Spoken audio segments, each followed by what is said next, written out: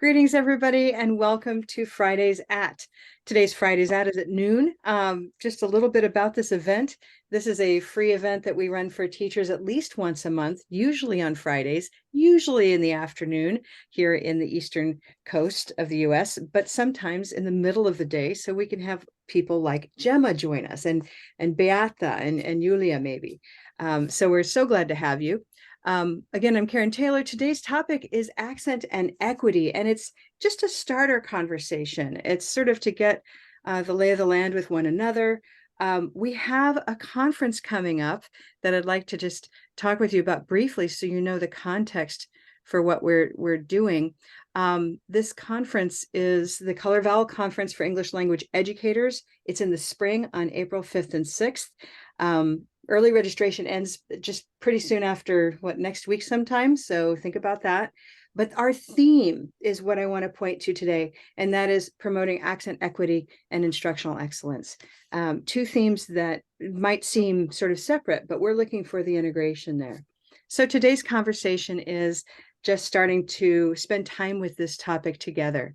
And I'd like to thank Gemma Archer, who's our keynote speaker for the conference. Yay, Gemma, welcome. And Dr. Robin Barr. Hello, Dr. Robin Barr. Gemma is coming from Scotland, or is in Scotland, and Robin is here in Washington, D.C. I'll ask each of you to introduce yourselves when you speak. But they both come with insights as to, what is accent? That'll be one big question we want to ask today. How do we want to define that? How does that relate to, native speaker variation, international variation? And can we find an intersection of those two so that we can simply talk about accent regardless of native or non-native speaker labels that we traditionally put on this concept?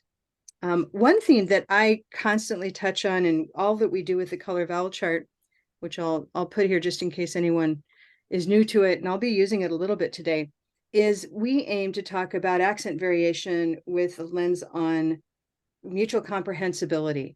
Really thinking, what is it that makes us mutually comprehensible despite all of the variation that we can notice across lines, across one another's accents? And I was thinking, how can we experience that right now? What is it like to have an accent that's not our own, so that we can move into this notion that all of us have accents?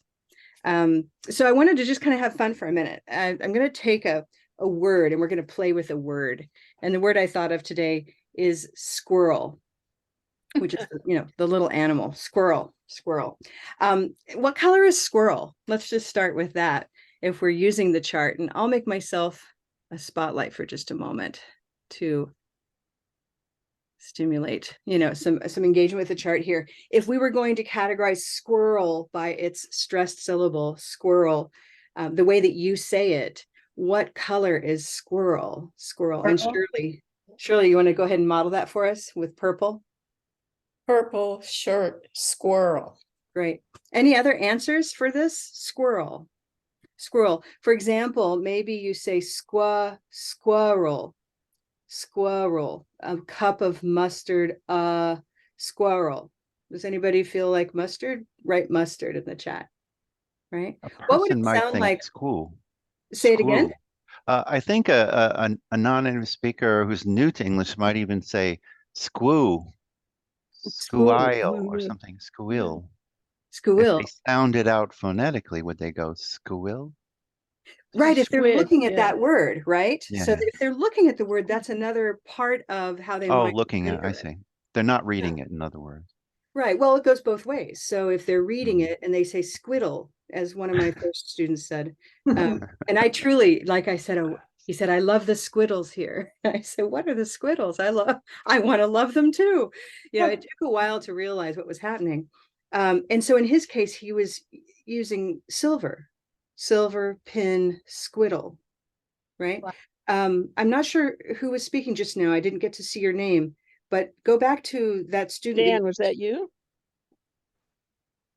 Who was that? And school. So what color would that be? Ooh. Oh my God. I used to teach this. Yeah. Blue moon, school. Yeah. Exactly. So maybe he said squirrel. Yes. Squirrel. Yeah, yeah. squirrel. Good. Squirrel. Squirrel. In I other can words, we imagine can a wooden hook, squirrel. That would work for me squirrel. Mhm. if I didn't have it R colored. Yeah, Yeah. Yeah. squirrel. Just to play a little bit, how would it sound if it were green? Squirrel. Squeedle, squirrel, squirrel, or squeedle. If somebody's going to tap or flap the R, right? Squeedle. So we can imagine it both ways. And one more, how about if we think of something like olive, Wow. squirrel, Squirrel. squirrel. I saw a squirrel. Squirrel. And suddenly I kind of feel like a different person. I think this is the fun part of it. So if I say squirrel, maybe I'm imagining I'm one state north of me. I'm from New Jersey. Even though they might not say it that way, but I feel like a different person. You know, squoil? Squoil. Squoil. Okay, so we use Yeah, chart. turquoise toy squirrel. Yeah, Spoil, yeah, Squoil. spoil, a spoil. In other words, we can kind of use the chart in a new way to just trigger a feeling of differentness, that we are speaking in a way that we don't normally speak. And maybe through that start to see, oh, that's actually a viable way of saying this word. I'm still understood, a squirrel, a squirrel. So just a little food for thought as we move in to see what we can learn more about accent today. Of course, vowels are not the only manifestation of accent variation. We have differences in consonants, possibly. Certainly the classic is the T, that might be flapped or otherwise in American English, North American English, and treated very differently in Commonwealth Englishes and international Englishes. We also have prosody that'll change across Englishes. Everyone try, do you want some water? You want some water? And now try, water. would you like some water? Water. Would you like some water? I'd like some water. Would you like some water? So I can feel a little more British suddenly if I change my Do you intonation. want some water? Hmm? Do you want Water. some water? That's that. Water. Yeah, that's the that's in Latifogad's phonetics book as a British intonation. So Exactly. I don't know, Gemma, I don't know what it sounds like up your way. I quite, it kind of depends on where you are in the country. So more change and more diversity again. Do you want Yeah, I some water? suppose, do you want some water? Do you want some water? I think in the West Coast certainly did have a more rise at the end of that. Yeah, lots of change. I just think of the Beatles, do you want some water? You know, this So reminds me of accent discrimination. Honestly, I grew up on Long Island many centuries ago, and I grew up with a very heavy Long Island accent. So I went off to graduate school in Madison saying water, colors. That's how I spoke naturally. I didn't even hear it. I get to Madison and they're just laughing in my face. I mean, they're like, water, water, Dan, water, water. And what I And I- love about that, if we can kind of, hi Linda, good to see you, by the way. Good to see you. And I just want to quickly jump on that, Dan, because Yeah. I'm Yeah. a former New Yorker. But when I went to graduate school, and I'm a speech pathologist, and when I tested people in Michigan and said, point to the square, and they couldn't do it, I didn't know if it was my New York accent or that they had a language problem. So it's something to think about.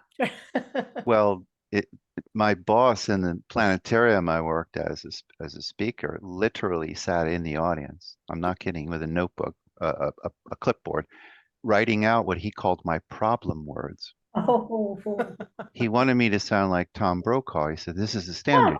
You have to sound like Tom Brokaw." So I'm going to just keep. So I learned how to say water, water, water, water. I had to Yeah. Well, learn it. actually, I'd like to piggyback on that and share a story as a way of kind of segueing into. We have two of our presenters today, Gemma and Dr. Barr here.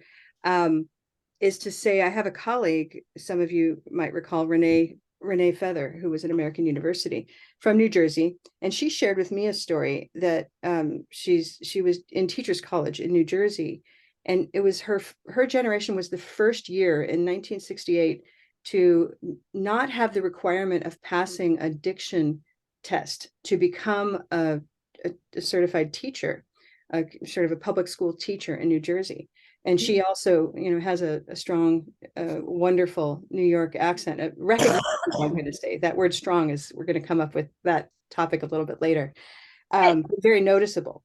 And she's certain that she wouldn't have passed the test, and yet she's a phenomenal educator. So, how many people did we not have in the field of education because of these kinds of boundaries? Just to bring home for all of our listeners, the chart's pretty handy, Dan, when you mentioned, how did you say water? Water. And what was it Ah, before? water. Water. So So it's what awe color, everybody? well, awe was an awesome Auburn dog, and it went to olive, water. Water. But So with water. also the T, you had to drop the, water. So water, water, Auburn dog, water. Okay, Yeah. great. To water, olive.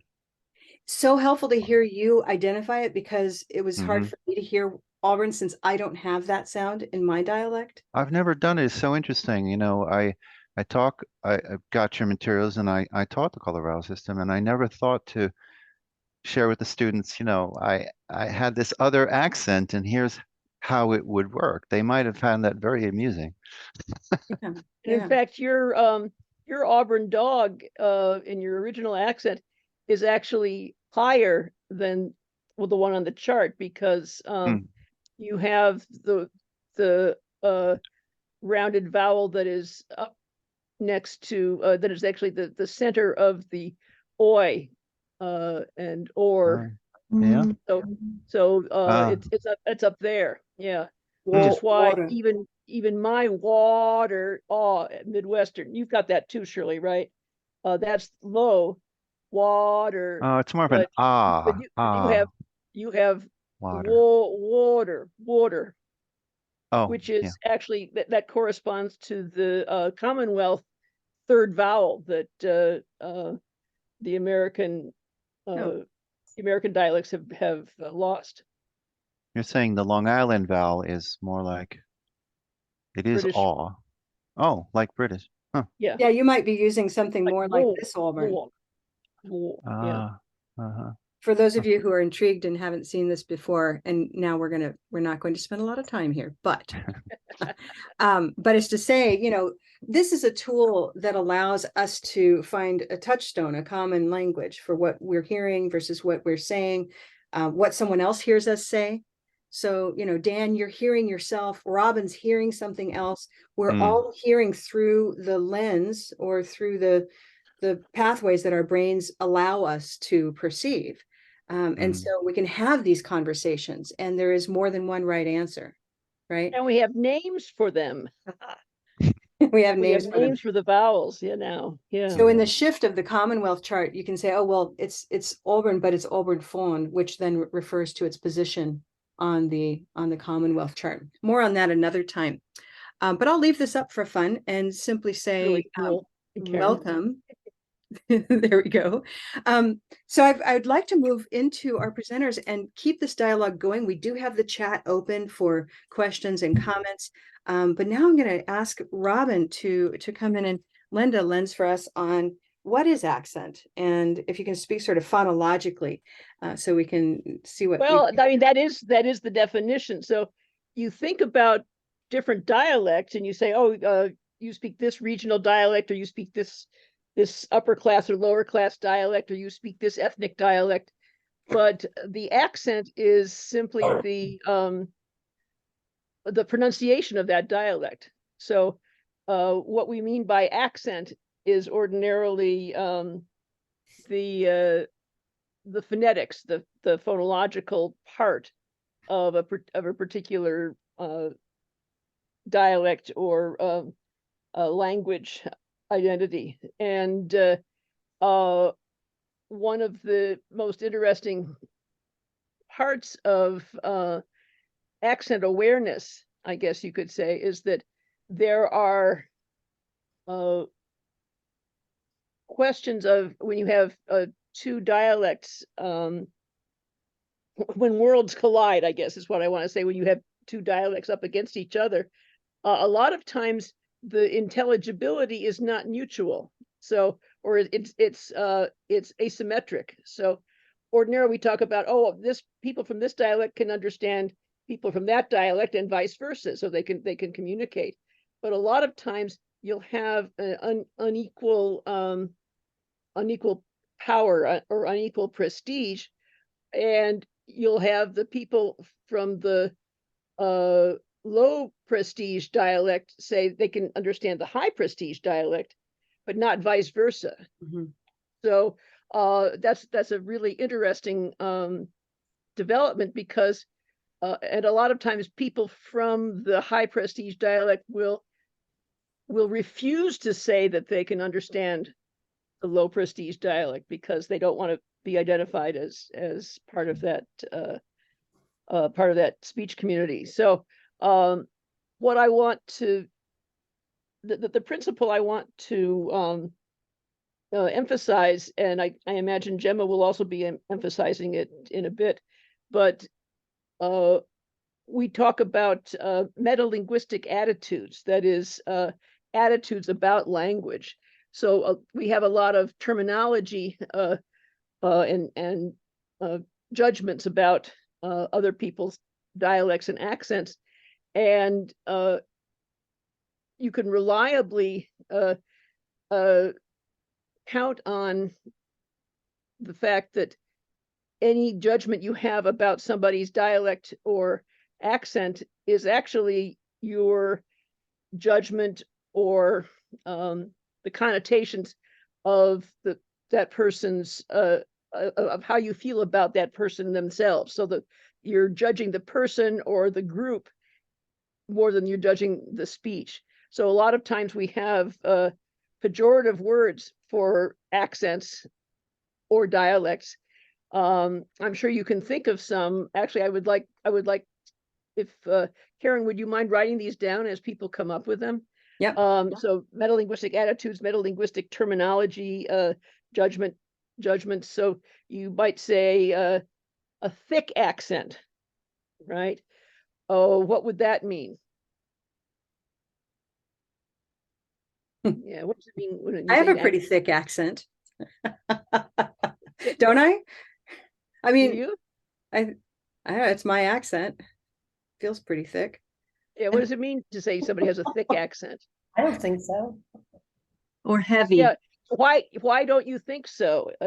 It's because your accent is very similar to Karen's, so therefore it's not thick. But if you have a very different accent, so if two accents differ a whole lot from one another, then one person might say the other person has a thick accent.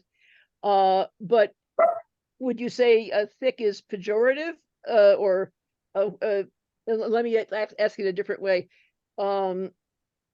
Is it the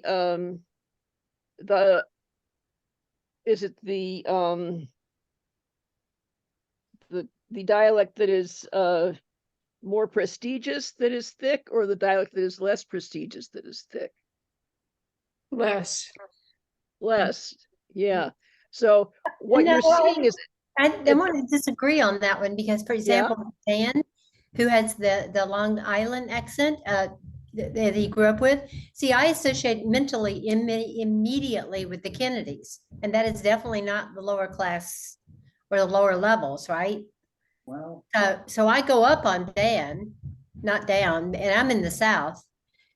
oh, so you think of Dan's accent as being higher class, but it's still well, notice that for Teresa, since she's from the South, that's far enough away from Boston and New York that you can easily confuse the two, right? So if Kennedys are from Boston, but they're still R-less and they have similar pronunciations. But if you think about thick, that means it's very different from your own, and you think of your own as being very clear and basic. So you are the unmarked accent. Your own accent can be the unmarked accent, therefore somebody else's will be thick. You often get that description for non-native speakers. So he has a thick foreign accent, right? What are some other terms that people use for accents? Robin, I think it's really interesting what we're talking about now, because I think I do so much work with non-native speakers, but I also do regional dialect. And so I never even thought about it until just now, but within the regional dialects, I would say, oh, that person has a Boston accent, or I felt that people made fun of my Long Island accent. And here Teresa's talking about a Southern accent, which Northerners have preconceived notions about a Southern accent. Absolutely. So we're using, what might you say about a Southern accent? What would you call it? I've heard it called a Southern what? Drawl. Drawl. Okay, so drawl is a term that people use for Southern accent. What about a Midwestern accent? Midwestern. I think we use a lot of regional terms. Yeah, Shirley and I have perfect Midwestern accents. But have you ever heard it called nasal? Yeah. For example, nasal is a common one. I see brogue. So what accent would be a brogue, Gemma suggests? Irish. Irish, yeah. And you can have, Karen, what have you got? What's funny is that for me, I'm not that familiar with the word brogue. And so if I say, like, for example, a California brogue or a Boston brogue, I mean, that word means nothing to me. And so then what about a Northern drawl or an Irish drawl? I mean, doesn't that help us sort of look at how drawl and brogue don't really mean anything except different?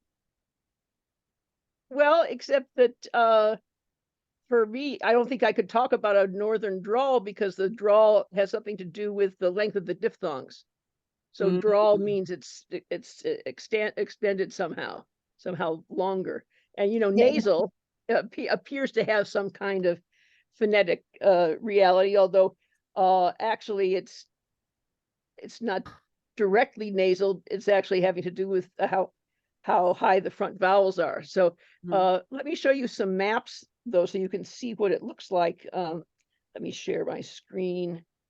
What we do as linguists is we can actually map the let's see if this works. Yeah, we can make maps of the different regions of accents and dialects, and so you can see this divides up the U.S. into several different accent groups or speech communities, and each one of these areas is not just a single difference, but is a bundle of what are called isoglosses, that is, boundaries of the different speech communities. So, and if you look closely at the geography, especially if you think historically, you'll find that a speech community will be connected, will be part of the same speech community if the lines of communication are easy. So, for example, this number 3, which is Western New England, you think, well, that's an odd shape, but this is actually just going up the Connecticut River. So if you travel along the river, if you think of the river as a means of transportation in the 18th or 19th century, rather than as a barrier, then you see that the people who live along the river are united by their connection with the commerce along the river. Or you might find a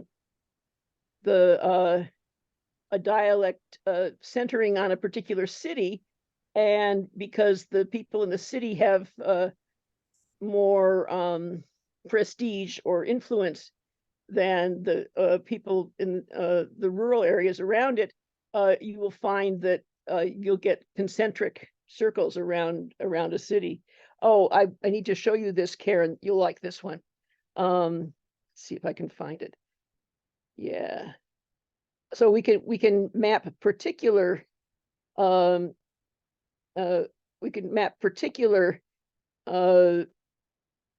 features of a dialect.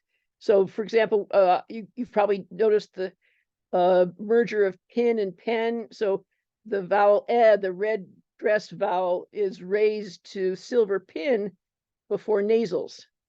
So you'll find the Southerners have to specify whether they mean an ink pen or a stick pin, right? As opposed to ink pen and stick pin, right? So, Teresa, do these merge for you, these two words? Do you have to clarify by adding an extra word when you say pin or pen?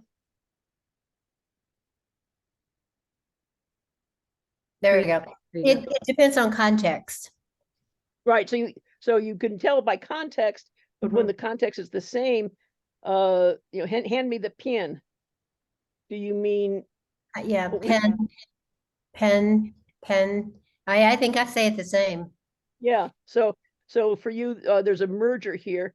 But Karen, what is this? So you notice this is mostly the most of the South and part of the South Midland as well, and it goes through Texas, and you can see that there are some areas like, for example, New Orleans, that don't participate in this change because they have their own dialects in New Orleans, and I guess Southern Florida, and I don't know, I can't tell, is that Charleston? That's probably Gullah. That's probably the Gullah. Oh, maybe. But so Karen, what do you make of this spot over here? Yay, thank you. That's my city of birth, Bakersfield, California. That's the Central Valley of California. And it's an interesting place because that's where folks went to during the 1930s, the Grapes of Wrath. This is the Oklahoma Dust Bowl. They started out in Oklahoma here, in the middle of the Pen dialect, and they moved over. They migrated to Bakersfield, and this is one of the unusual situations where you have people wholesale moving from one place to another without a connection in between. This is very unusual. So usually dialect areas are contiguous if they represent the spread of a particular change. Let me show you something that looks more natural, so you can see. Here we go. Here's the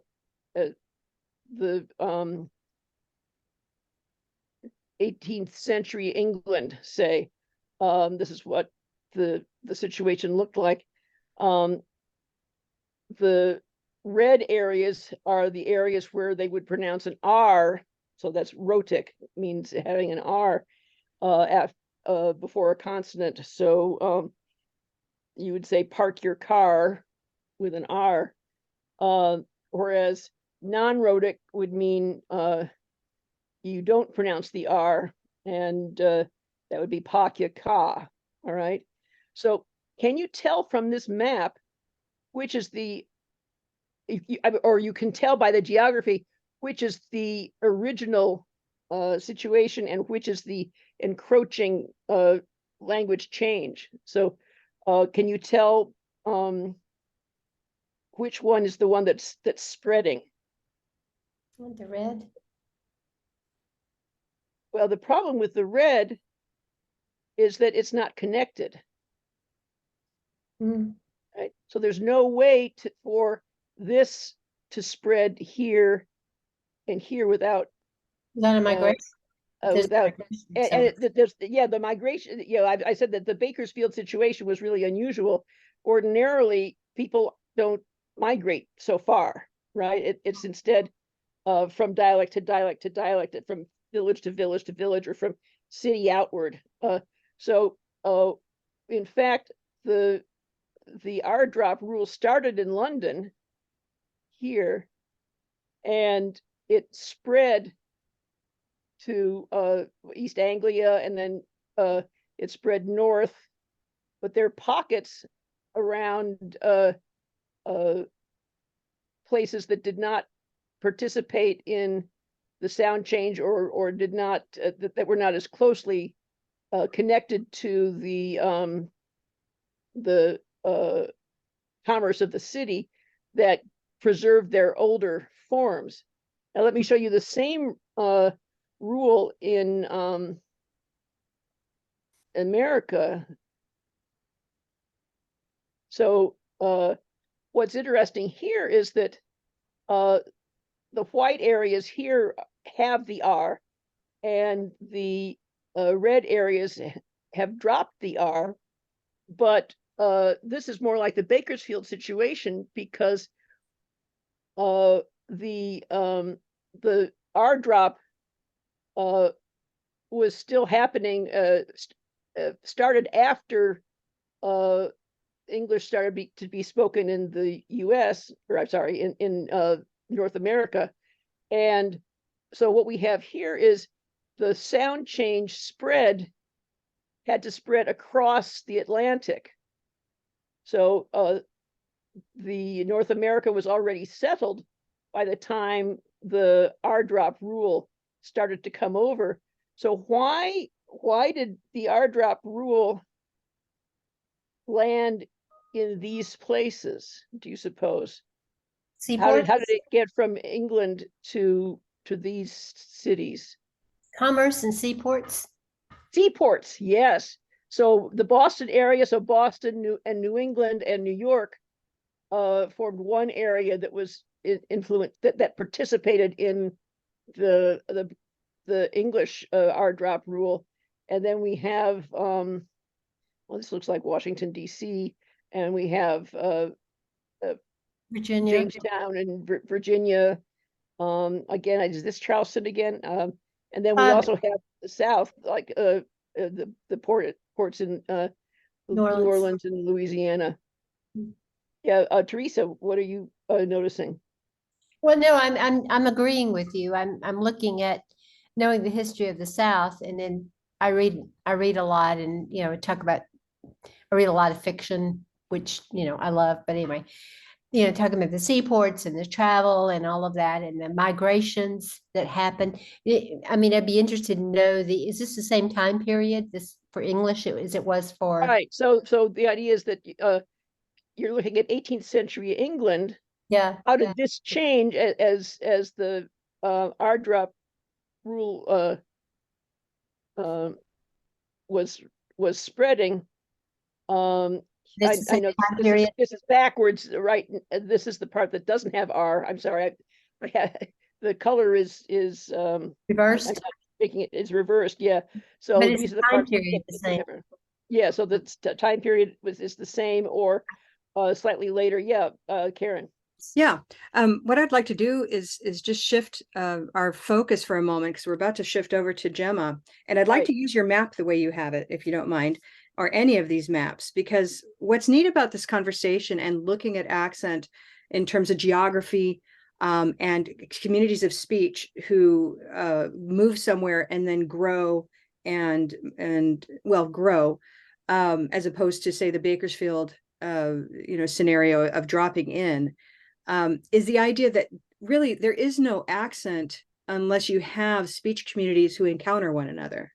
It's only then it's only among some intersection or multi-section of people that we are at all aware of accent. And when that happens, because these are people that Jennifer made.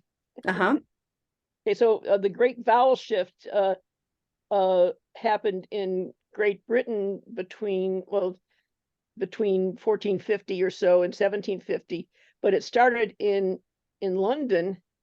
And what you can see is that you see this star here is London, and it spread kind of like a disease, right? Like the plague. So from year to year, it spread further and further north, and as concentric circles. But you can see that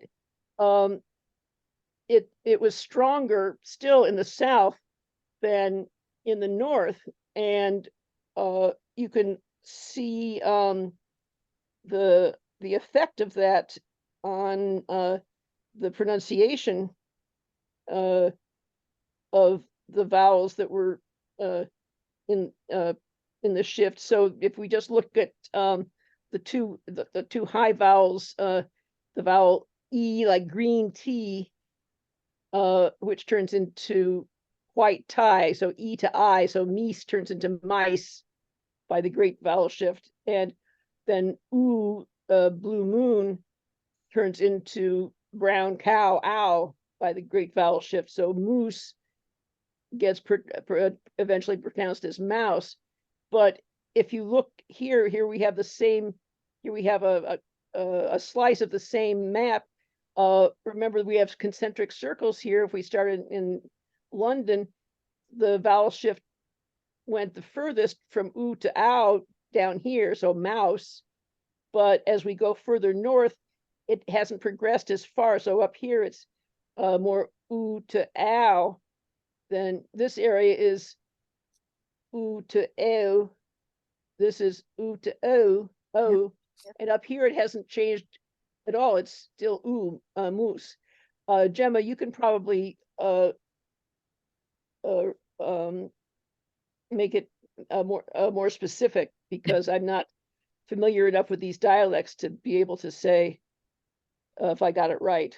But well, this is great, Robin. I mean, I think what's fascinating is to think about, again, I'd like to just focus us on communities of speech, geography, and movement. And by the way, I take the comment, provided by Amalia earlier, that yes, sometimes speech communities are defined by specific cultural values or connections, but we're always somewhere. So we'll kind of focus on land a little bit to say, when people do encounter one another, there's almost always some kind of difference of purpose. And with that also comes differences in power. And then with that comes issues of accent equity. So this is my wordy transition into the second part of today's presentation. And I would like to invite Gemma to share some thoughts. And again, these Fridays, by the way, the Friday sessions that we have like this are fairly, they're brief. We could always go deeper, and we will have talks that go into more depth, as Robin has done with her talk on the Great Vowel Shift in the past. So bear with me. I know we all want to go deeper, but I'd like to invite Gemma now to expand. Gemma, what is equity when we talk about accent equity? And can you share some anecdotes or some insights that help us sort of hold on to that notion? Yeah, absolutely. I think when we talk about accent equity, we first have to kind of consider the role of accentism or inequity, which so many of us have experienced, and many of you have shared already today your own experiences and stories as well. We all have them, because everyone has an accent, despite those people who say, well, I don't have an accent, or I have a neutral accent. And of course, those people are usually those who have these perceived models, these accents which do reflect power and social status. And yeah, so we have to consider, first of all, what accentism is, because accent equity is what we are aiming for. And it's interesting to consider how different countries are approaching that, because there is some differences. I have a couple of slides if you'd like me to share, Karen. Yes, please. Okay. Did you say the phrase, did you say accentism, by the way? Accentism, yeah. Yeah, I thought so. I'd like to put that in the chat, just because that's the first time I've heard a definition as well. I actually came across a quote that really is very similar to what Professor Barr said at the beginning, with regards to how personal our accents are. And it really is about our personal story. It's who we are, who our caregivers were, who looked after us, where we lived, our age, our education, our language ability, our ethnicity, people who are your role models, your profession, where you work, your social class. So much. An accent is so complex because of what it reflects. And when we have issues of accentism, where people are being discriminated against because of their accent, it's very personal. Because when someone says they don't like your accent, as this quote has said and stated, it's like people are saying we don't like you. So I think it's something that we have to address. And I'm going to share an example of some countries that are addressing this issue, because it is quite serious. And accentism itself, so there's a great organisation here in the UK called the Accentism Project.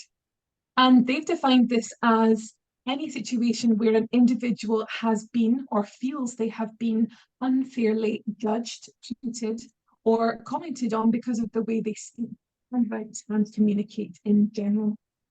And accentism can happen to anyone.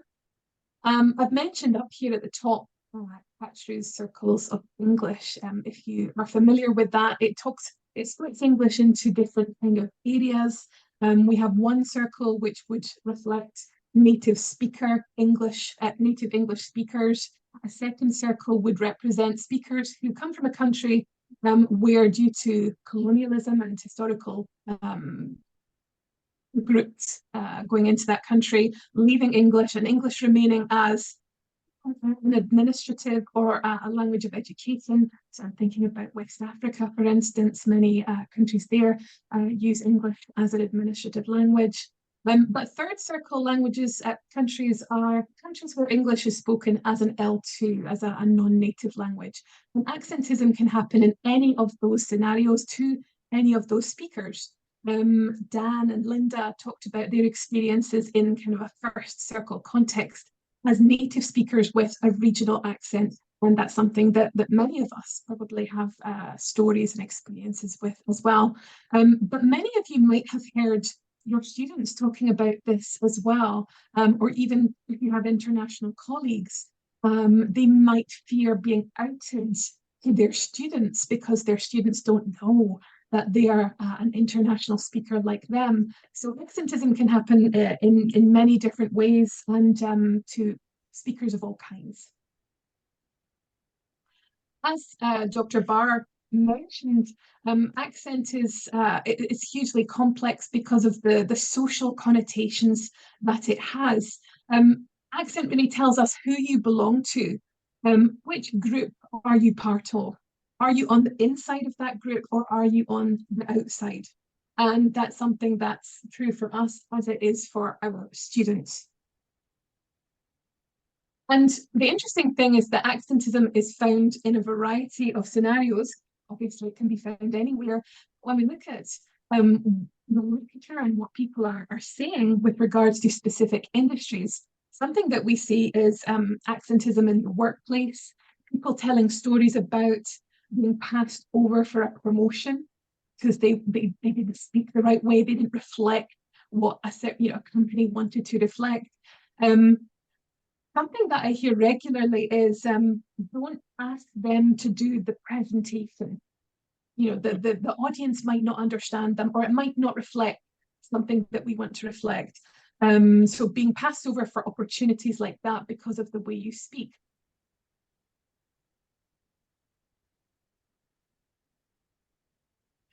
In the classroom, certainly we know that accentism can be found. Karen, you mentioned the diction test that teachers used to take. And although things are changing, something that we will hear about quite a lot is teachers being encouraged to lose their accent, to soften their accent, especially if they come from a certain demographic, before they go into the classroom, because again, it's this desire that students have this neutral accent and not an accent that could negatively impact on them in later life. So there's a lot of research about how teachers are suffering because of this, made to change their own regional Englishes. And for students, as I mentioned, certainly the way that they are treated, or even outside the classroom, how they are referred to, can be impacted by their accent as an L2 speaker as well. Another interesting thing is in courtrooms, not only are lawyers, or in the UK, barristers, not only are they impacted by accentism, negatively in terms of being given opportunities, or even taken on by legal companies as a lawyer. Sometimes if you have a regional accent, people are prevented or discouraged from trying to reach for these goals. So not only is the professionals in the courtroom impacted by accentism, but the people who are being defended by those professionals. If you have a certain accent, you're actually more likely to be found guilty than other speakers of different accents. So this is something that can really negative impact and consequences on your life, just because of the way that you speak. And certainly broadcast media is something that we see far more similarities between speakers. TV presenters, even radio presenters, most will have a similar style of speaking. Consider the television or the media that you watch. How many of those speakers actually have diverse accents that represent different countries or different demographics? Certainly, if I think about just my context here in the UK, up until the 80s, you were not allowed to be on the radio if you didn't have the RP accent, the BBC English type of voice. And when they trialed bringing in new speakers of new accents in the 80s, they brought in a Scottish radio presenter, my goodness. And people complained so much that they had to take them off the air. And this wasn't trialed again until the 1990s. So since the kind of early noughties, the UK, the BBC in particular, have had to increase the diversity of their accented speakers, because obviously it was hugely problematic to refuse opportunities to people from different parts of the country. It's a recent change that they've had to bring in more diverse speakers. So certainly an interesting one.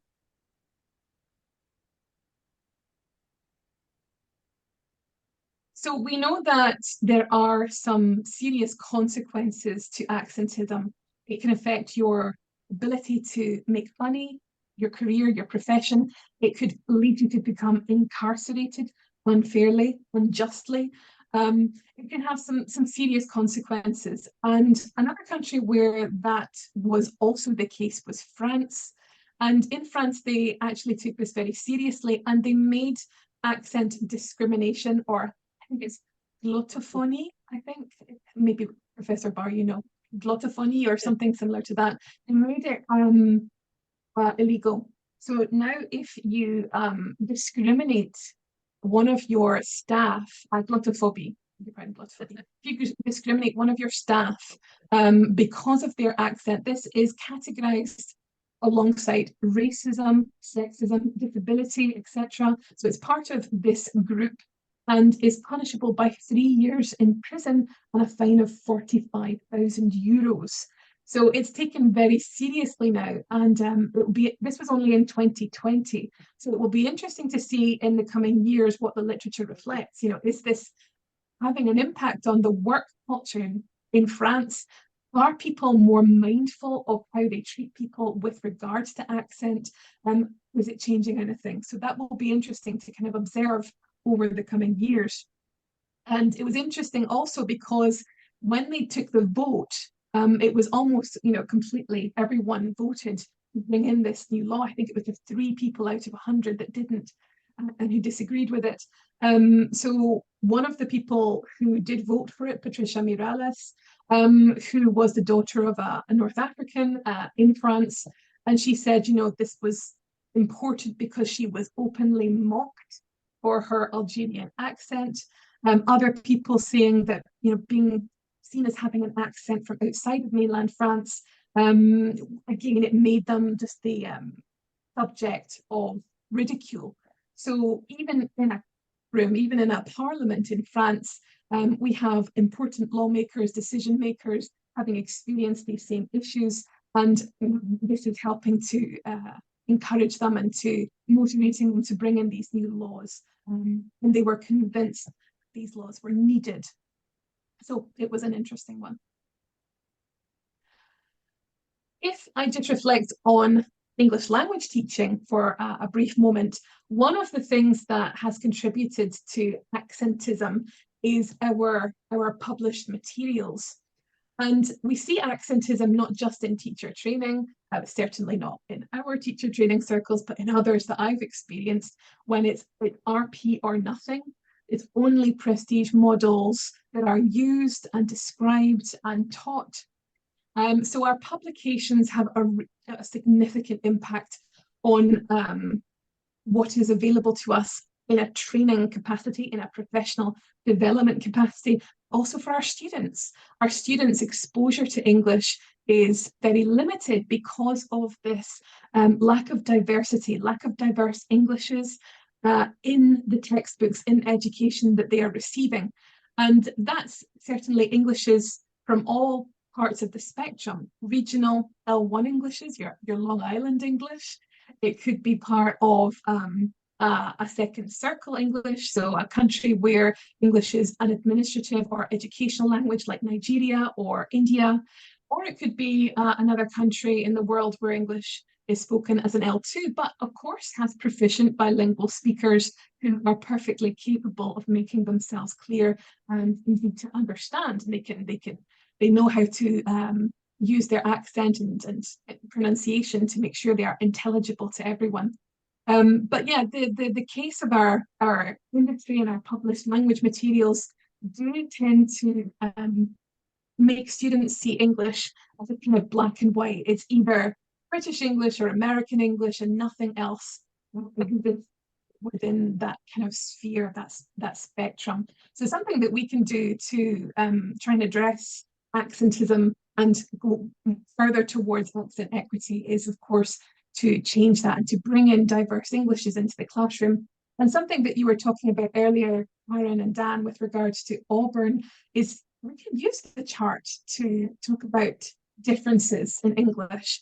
How do you say this word? Is it an Auburn word for you? Is it an Olive word for you? So the chart is this really nice way that we can promote accent equity and awareness of different Englishes. How do you say it? Try it on. How does it feel for you to try this different accent? Because something that you often point out is when we're exploring this as teachers, we often find that the sounds that we're using, the vowels that we're using are they're next door neighbors. They're not far away from one another. So the perception of diverse Englishes, they may be diverse, but they're not that diverse. They're usually kind of, they're not far away from one another. So something we can do to increase equity is to bring this into the classroom, to talk about these differences. We can use the chart to do this, to bring exposure and awareness. That's probably pretty critical. Karen, I know you asked for personal experiences, and I have a couple, but I'm aware of time, so I just wanted to check in with you before I move to them. If you'd like, I'd love. I think our audience would love to hear a couple of those personal experiences.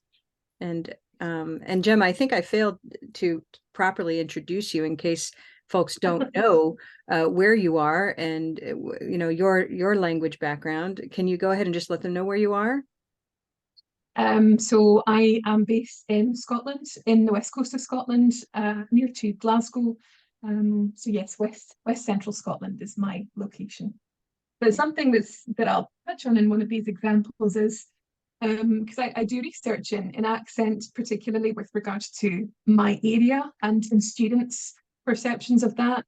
And something they say to me all the time is, you can't be Scottish. I can understand you. Which is a kind of backhanded compliment, like, oh, but you're so intelligible, you can't possibly be from Scotland. I'll revisit that just shortly.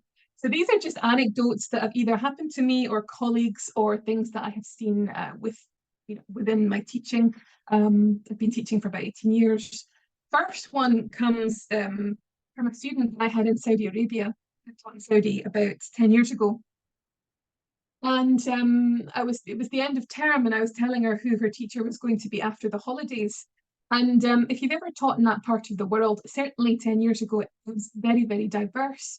People from, English language teachers from all over the world were in the area where I was teaching. And the next teacher that was coming in to take the class was a British Pakistani teacher. And she had a bit of an accent that reflected that heritage, but she was a teacher. She was qualified. She was perfectly intelligible and clear. But the student had attached a label to her.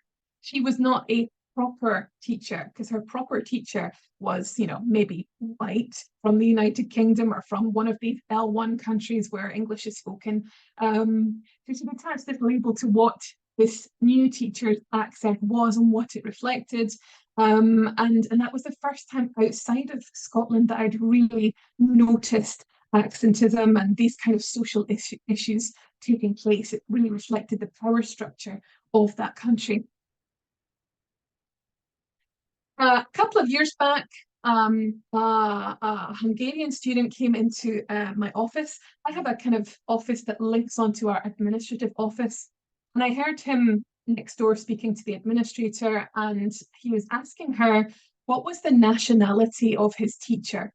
And when she asked him, well, why? You know, that's not information we give out. He said, well, I only want to learn American English, so I only want an American teacher. And I came through at this point because she kind of, you know, sounded like she might need a bit of support. The student was quite insistent.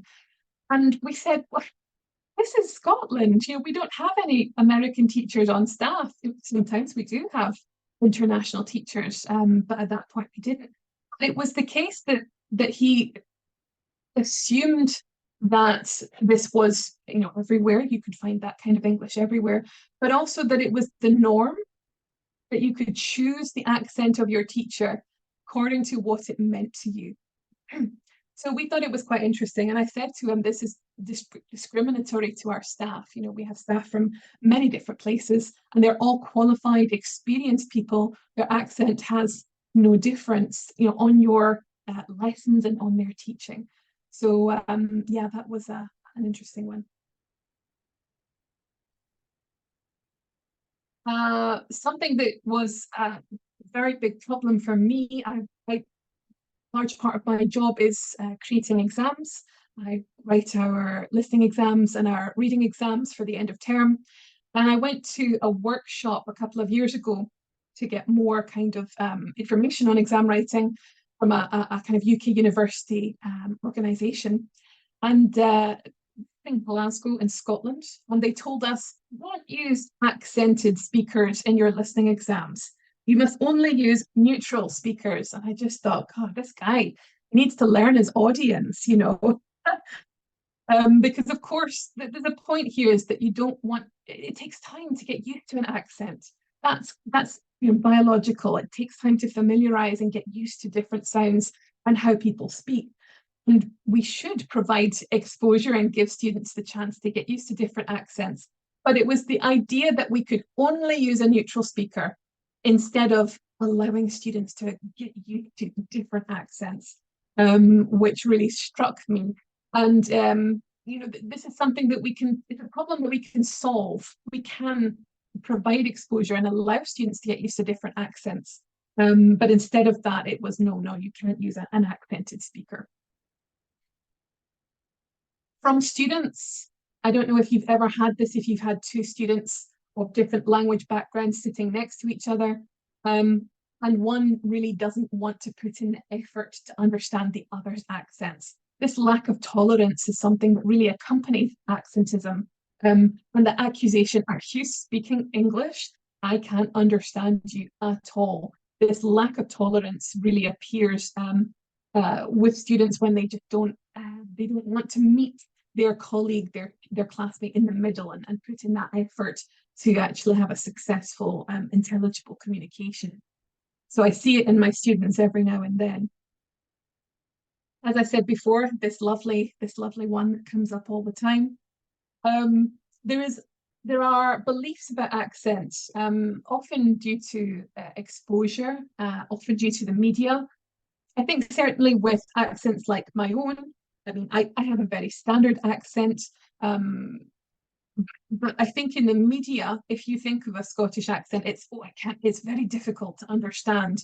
It's very heavy, all of those words that we typed in before. That's the kind of first impression, that's the Scottish accent people have in their head. Because they're unaware that, like everywhere, accent is on a spectrum. So we can be more accented or less accented depending on what we're doing or who we're talking to.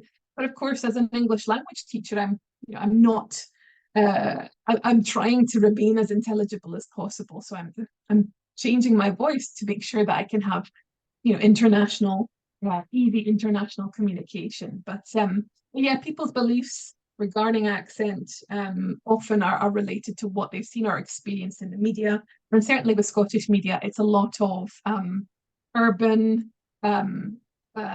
urban settings, a lot of settings with extreme poverty and lots of social issues, where we hear more accented speech, but that's related to the linguistic continuum in Scotland in particular. Last comment. This came from a piece of research I did with teachers in Ireland and in Scotland, and I asked them about accessing materials that had that reflected their accent. I don't know if it's the same in the States, in North America, but certainly in the UK, you can only get materials that have prestige models, mainly BBC English RP. And I asked them if they ever found materials that reflected their own accent. And someone wrote in the questionnaire, well, why should there be? Why should there be materials that reflect my accent? It'll confuse the students. It will make things harder for them. When actually it's a great way to, again, reach accent equity, open up the discussion, raise awareness about diverse accents, and allow students to get accustomed to different accents. The teacher is in the classroom is this great resource for students to get used to different accents and to be aware of accent diversity. So I just thought it was interesting that even it's an internalized thing in some teachers. And this is something that you've mentioned as well, Karen. So many teachers that come on our courses feel that they have a bad accent themselves. So I think sometimes accentism does get internalized because we're hearing so much of it from outside of ourselves. But that's basically in a nutshell what I wanted to say today with regards to accentism and accent equity. And if you have any questions, I'll be happy to answer them. Wonderful, Gemma. Thank you. Thank you. Great food for thought. Yeah, I think accentism, it's a hard one to say. Accentism is as old as power, I suppose, right? And it raises a lot of great questions that folks have raised in the chat, and we do have a few minutes to explore these. One of them is I was noticing, we can say things like, I love your accent. And I think Teresa was asking, are we allowed to ask that anymore? And how can that come across? And we're not here, I'm here for very practical solutions in general with what we do with English language training solutions. And I'm not interested in changing people's warm hearts or their generosity. But when we're commenting on accent, what do you think about something like that? Is liking an accent just as problematic as disliking an accent? And I put that out to both Robin and Gemma. Well, you want us to answer that? Oh, okay. Well, it's still others, the accent. I mean, it still means you have a very different accent from mine, and whether you like the accent or dislike the accent depends on your experience with the speakers of that accent. So you could love a French accent and hate a Spanish accent because all of the French speakers, French accented speakers you've heard are movie stars or rich tourists, whereas the Spanish speakers you've heard happen to be lower working class migrants or something like that, and that would color your opinion of how you feel about the accent. But in fact, there's nothing specifically about the sounds that make you like or dislike a particular accent. Thank you. Gemma? I was just going to say that for a couple of years, students used to say, "Oh, I'm so disappointed. I'm so disappointed. Thought when I came here, everyone would speak like." First, it was Harry Potter, then it was the guy that plays Sherlock. Can't remember his name. Cumberbatch. Benedict Cumberbatch. So yeah. It's basically whoever is the kind of de rigueur standard speaker of the day. They all hope that's what they're going to see and hear and then become. Oh, I'm so disappointed. No one here speaks like that. So it's this kind of label, and they like the label. They like what it means. And Heather Hansen said something about this. Heather Hansen is a friend of mine who also deals in accentism globally in the workplace. And she's from California. She's from where many of you are probably much closer to than I am. And she says the same thing. Students say to her, I want to talk like you, teacher. But it's not that they want to be her. It's what she represents to them and the label accompanies her. That's what they're wanting rather than necessarily the actual sounds. One thought I have about compliments that just comes to mind is I try to test it across other kinds of things that we notice when we encounter a person. So, you know, if we think commenting on someone's accent, if we're wondering about that, I think, well, what if I changed it to, you know, Shirley, I just love the color of your skin.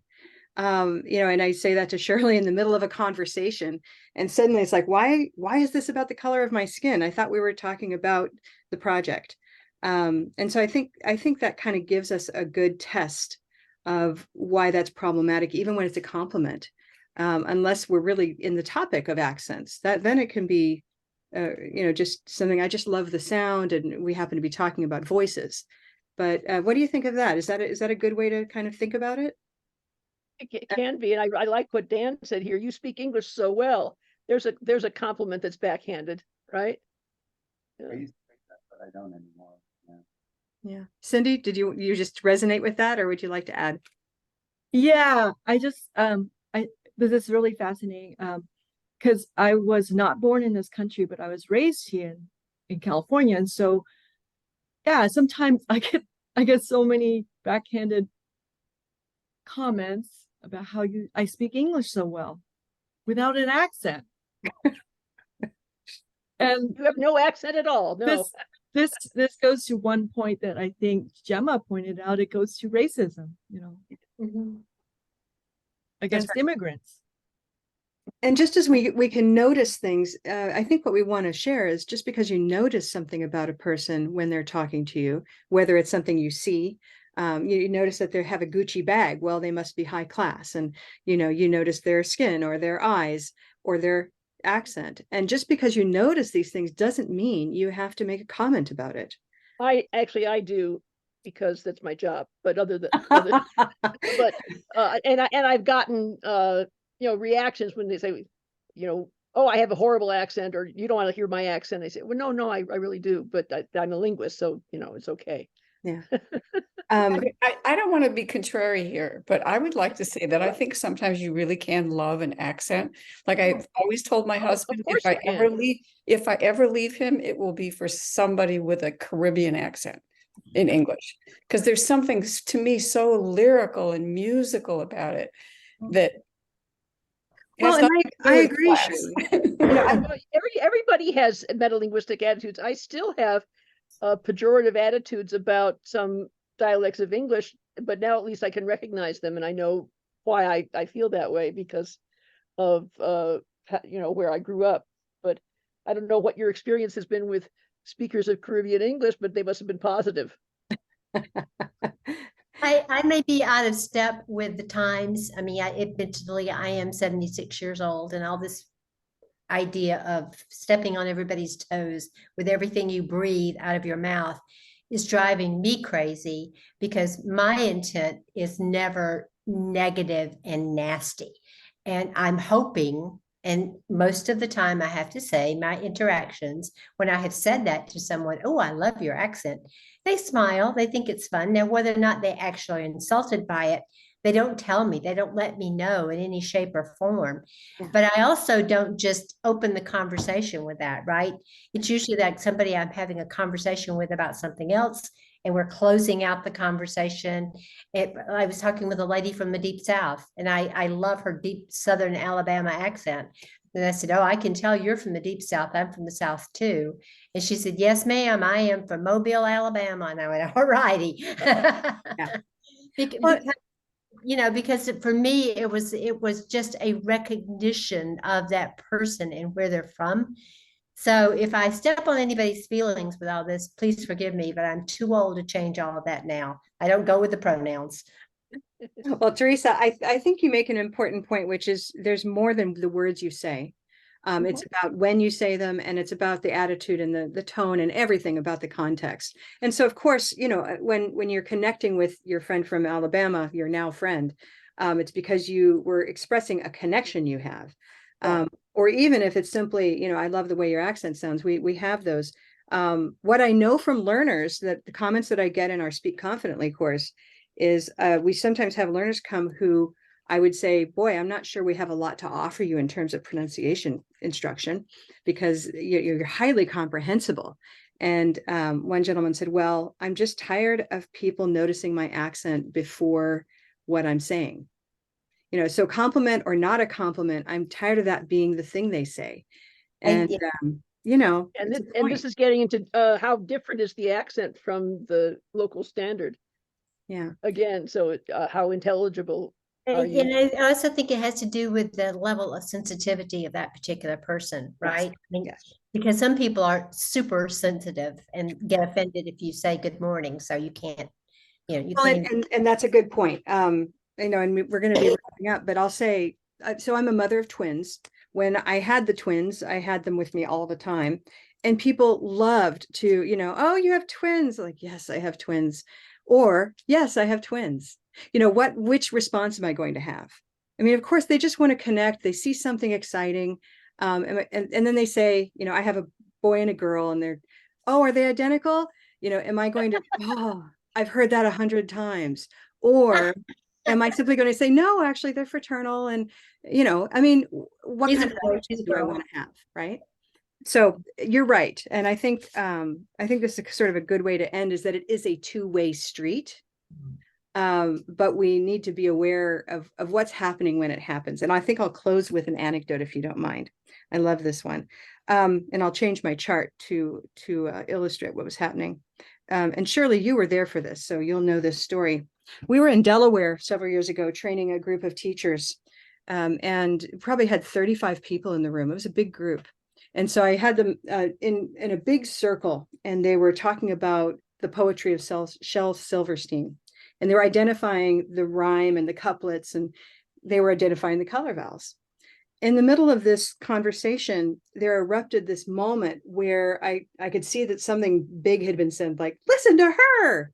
And everything had stopped. Everybody stopped. And, you know, who are they supposed to look at? And so the woman who had said, listen to her, was right next to another woman who now was looking kind of mousy, kind of shy. And she said, say it. And the woman said, poem. And say it again. And she said, poem. And see, isn't that, you know, and then she sort of laughed. And I stopped everything. I said, okay, so let's talk about this word, poem. What color is poem? And we went through the steps and, you know, identified the stress, poem. So a lot of people said it's rose, boat, poem. And I said, so could you say that word again for us? And this is the woman who had been spotlighted. And she said, poem, poem. What color is she using? And that's all I asked them. Poem. Any answers there? Green tea? Poem. Poem. The toy. Yeah, turquoise toy. You can watch my lips too. Poem, poem, poem. She was using turquoise. So that's fascinating, because they're again, this neighbor idea that Gemma mentioned earlier. What's so different between poem, 2 syllables, and poem, poem? Not You took a shortcut. Yeah, it's a shortcut. It's a simplification. It's a, you know, coming together of the 2 syllables. Not that different, really. And so we're able to, you know, kind of paint this different picture instead of a big spotlight on the one woman who, you know, happened to be noticed. And suddenly we were able to kind of leverage this into a linguistic conversation. And I really liked that. I thought that was pretty powerful in the moment. And it brought everybody back to the topic, which was about mutual comprehensibility and vowel. So these are the kinds of things we talk about in Fridays at. It's not always accent. We talk about all kinds of language related topics and social language related topics. I want to thank everybody for being here today. Dr. Barr, everybody can share your appreciation. The maps were fascinating. I always love seeing Bakersfield in a map. Gemma, thank you so much for your thoughts there. Folks, I hope you'll consider joining us for our first ever conference in Washington, D.C. this spring, April 5th and 6th, 2024, at Planet Word, which is an interactive language museum. We're very excited about the venue. The cherry blossoms will be out, and about 140 language educators and linguists from around the world will be gathering for these 2 days of just fascinating discussion and presentation. So please find us on our website at colorval.com. I want to thank all of you participants for your ideas. We will post this in the teachers community. If you haven't been to the teachers community, you can join for free, and that's where the conversation can continue. There's a link for the teachers community. Okay. Everybody has an accent and everybody has an opinion about accents. So we keep going. Exactly. Jennifer, I want to thank Jennifer Campion. She was over here in the chat the whole time, providing links and answers, and everybody here. Glad to see you and hope to see you again soon. Thank you so much. You all. Thank you. Bye.